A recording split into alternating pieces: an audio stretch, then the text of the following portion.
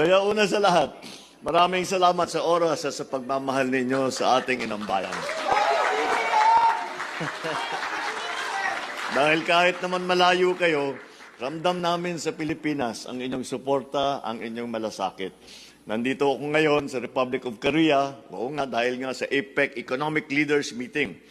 Mapakahalaga po itong meeting na ito dahil hindi lamang ito para sa Pilipinas, kundi para sa buong Southeast Asia at ngayon yung ating itinatawag na Indo-Pacific region. Dito nagkakaisa mga bansa sa rehiyon para pag-usapan kung paano natin mapapalakas ang ating mga ekonomiya.